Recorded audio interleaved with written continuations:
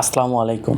দেখেন, ইরান আর মার্কিন প্রেসিডেন্ট ট্রাম্পের মধ্যে যে এক তোষামোদীর সমঝোতার কথা চলছিল, তার মধ্যেই কিন্তু আবার পাল্টাপাল্টি হামলা চলছে। দেখেন, এখানে তৃতীয় পক্ষ হয়ে যে কে দুশমনি করেছে বোঝা মুশকিল। এখন দেখার বিষয় হচ্ছে তৃতীয় পক্ষের কলকাঠিটা কতদূর যেতে পারে। ইরান বলছে যে তাদের জলসীমার পাশ দিয়ে যে জাহাজ যায়নি সেখানে আক্রমণ হয়েছে। অপরদিকে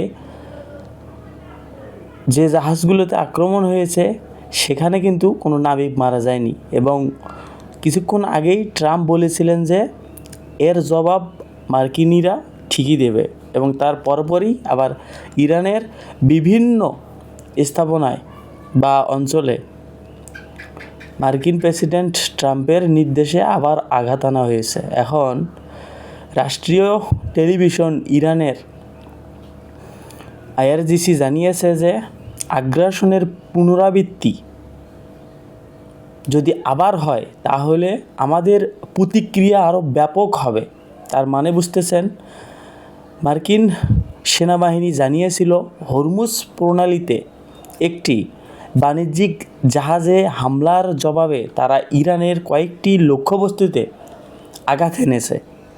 ওয়াশিংটনের দাবি, এই জাহাজে হামলার জন্য তেহরানই দায়ী। গত সপ্তাহে যুক্তরাষ্ট্র আর ইরান যুদ্ধ অবসানে একটি সমঝোতা স্মারকে সই করার পর অঞ্চলটিতে মনে করা হয়েছিল যে কিছুটা কমবে, কিন্তু হরমুজ প্রণালীতে নতুন করে এই হামলার পর যুক্তরাষ্ট্র আর ইরানের যে পাল্টাপাল্টি সামরিক পদক্ষেপ, সেই নতুন আশাকে একবারে অনিশ্চয়তার মুখে ফেলে দিয়েছে, এটা নিশ্চিত। সকলেই জানেন যে বিশ্বের মোট তেলের প্রায় 1/5 হরমুজ প্রণালী দিয়ে পরিবাহিত হয়। এর ফলে ওই অঞ্চলের সংঘাত বৈশ্বিক জ্বালানি বাজারকে অস্থিরতার দিকে ঠেলে দেয়। উল্লেখ্য, এখানে গত শুক্রবার দিনের শুরুতে যুক্তরাষ্ট্রের প্রেসিডেন্ট এই পাগলাটে ট্রাম্প একটা সতর্কবার্তা দিয়েছিলেন। তিনি সিঙ্গাপুরের পতাকাবাহী বাণিজ্যিক জাহাজ ওভার লাভলিতে হওয়া হামলাকে 17 জুনের সমঝোতা স্মারকের বোকামিপূর্ণ লঙ্ঘন বলে উল্লেখ করেন। ওই সমঝোতায় লেবানন সহ সব ফ্রন্টেই কিন্তু সামরিক একটা অভিযান স্থায়ীভাবে বন্ধ করার আহ্বান জানানো হয়েছিল। এর মাধ্যমে মূলত 28 ফেব্রুয়ারি ইরানের বিরুদ্ধে যুক্তরাষ্ট্র আর ইসরায়েলের শুরু করা যুদ্ধ ও তেহরানের পাল্টাপাল্টি হামলা কিন্তু স্থগিত হয়েছে।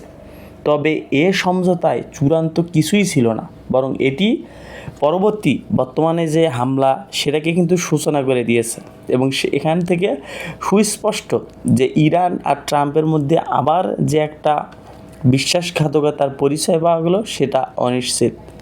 এর দায় কিন্তু ভুক্তভোগী হবে সারা বিশ্বের জ্বালানি তেলের বাজার।